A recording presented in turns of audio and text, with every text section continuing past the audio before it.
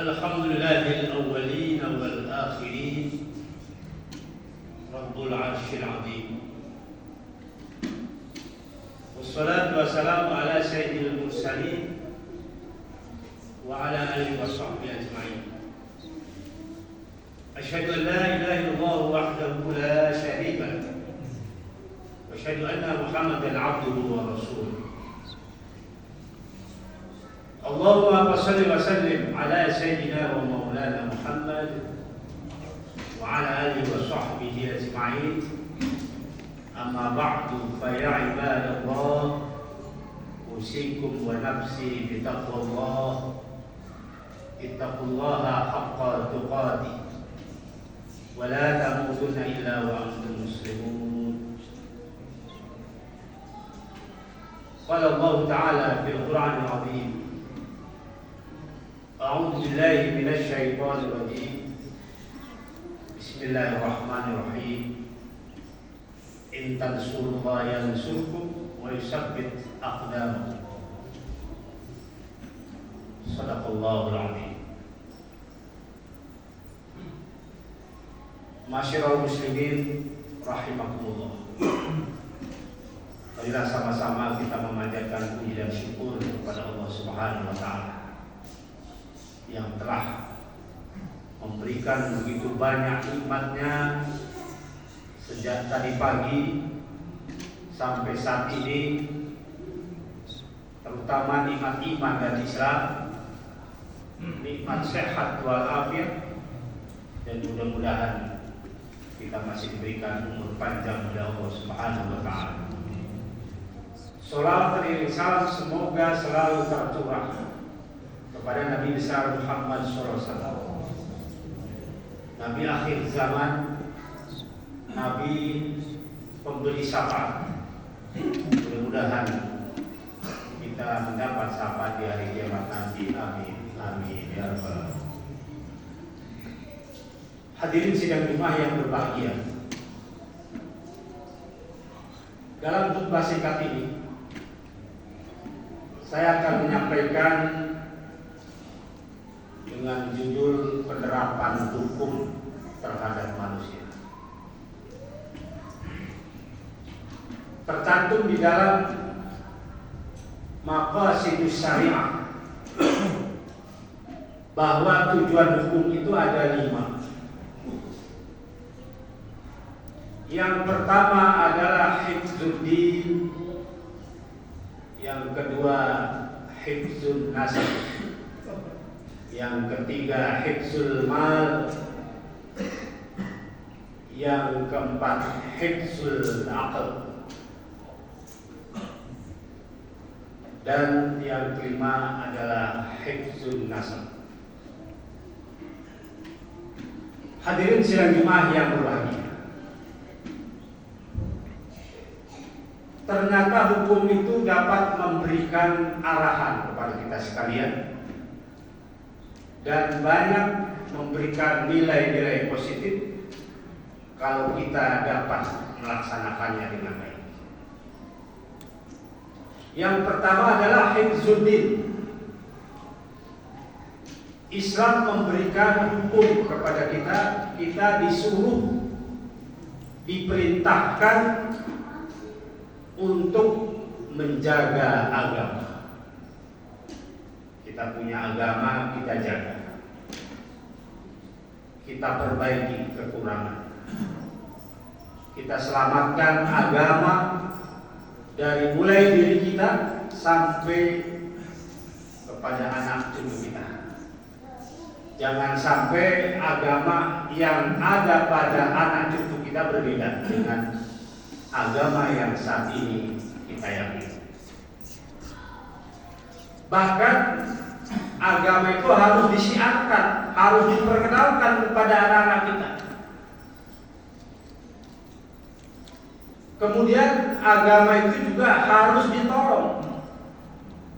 Karena kalau agama itu tidak ditolong, tidak akan berkembang, tidak akan tersiar. Bahkan Allah menjamin dalam firman-Nya, in tansurullah yansurkum wa yusabbit aqdam. yang artinya jika kalian menolong agama yang kita punya, kita tolong, kita perbaiki, jangan sampai dirusak. Intan suruh wa yansurkum wa yusabbit aqdamakum. Nanti Allah akan mencukupi kebutuhan hidup kita.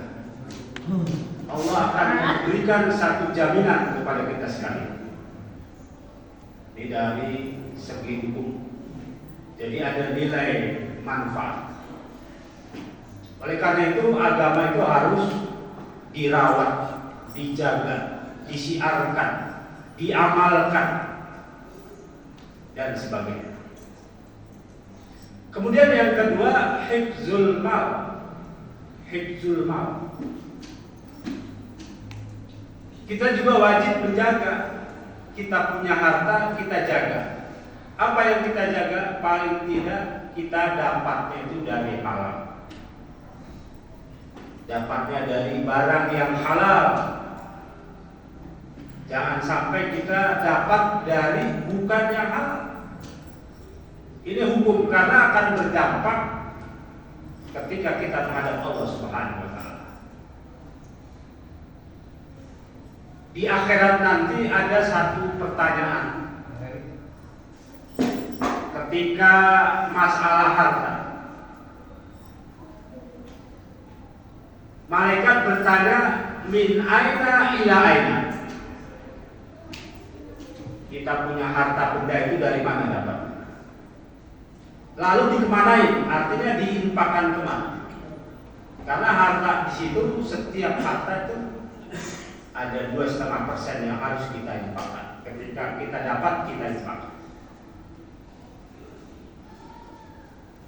Dengan harta yang kita jaga dari dapatnya, maka kita tidak akan kesulitan ketika ditanya oleh Allah di hari kiamat.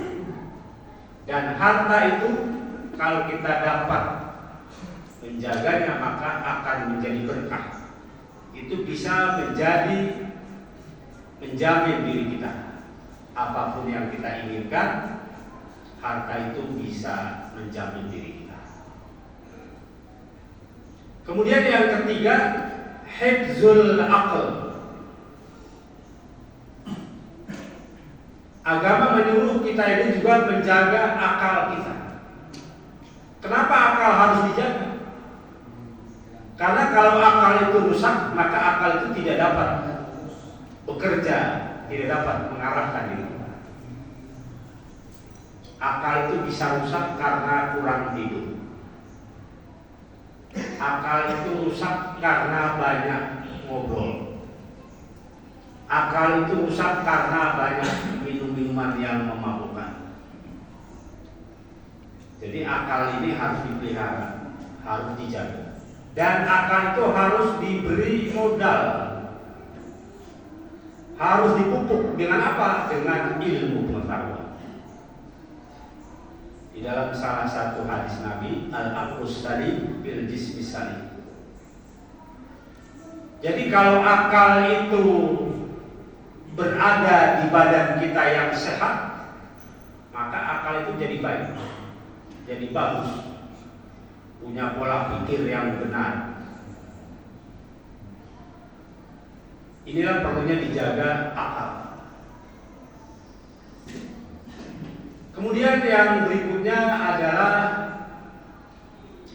hifzun nasl. Nasl ini keturunan. Kenapa kita disuruh menjaga keturunan kita? Allah menyatakan, ya ayyuhalladzina amanu qu anfusakum wa ahlikum nar. Hai orang yang beriman, jagalah diri kamu. Jadi sebelum kepada anak keluarga, kita harus dapat menjaga diri kita sendiri. Kalau sudah bisa menjaga diri kita, barulah kita bisa menjaga keluarga, ahli. Dari apa kita menjaganya? Jangan sampai kita dan anak kita itu terbakar api neraka. Ini yang sangat penting. Jangan sampai kita terkena api neraka, termasuk keluarga kita, anak cucu kita. Karena di sana dinyatakan wa quduhan nasu wal hijaratul 'iddat lil kafirin. Neraka itu kayu bakarnya manusia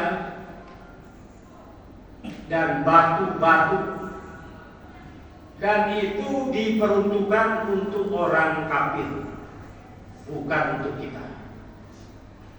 Oleh karena itu Allah melarang, jangan sampai yang diperuntukkan untuk orang kafir itu kita yang isi. Ini karena ada kesalahan. Ada kesalahan pada diri kita. Oleh karena itu, hendaklah kita mengisi dengan agama Islam buat diri kita. Ilmu-ilmu agama yang bisa menjaga diri kita dan juga menjaga anak keturunan kita atau ahli keturunan. Hadirin sidang Jumat yang berbahagia. Dalam kesimpulan khutbah singkat ini, bahwa hukum itu tujuannya adalah untuk memberikan keamanan, kenyamanan kepada diri kita. Jadi kalau kita menggunakan hukum, kita tahu di mana letak kesalahan kita, di mana atau apa yang harus kita lakukan, apa yang harus kita jaga, apa yang harus kita ingat. Itu semua terdapat pada diri kita. Mudah-mudahan kita ini terjaga. Yang utama adalah kita bisa selamat dari api neraka. Barakallahu li wa lakum bil Qur'anil azim wa nafa'ani wa iyyakum bima fihi minal ayati wa dzikril hakim. Wa taqabbala minni wa minkum tilawatahu innahu was-sami'ul 'alim. Aqulu qawli hadza fastaghfiruhu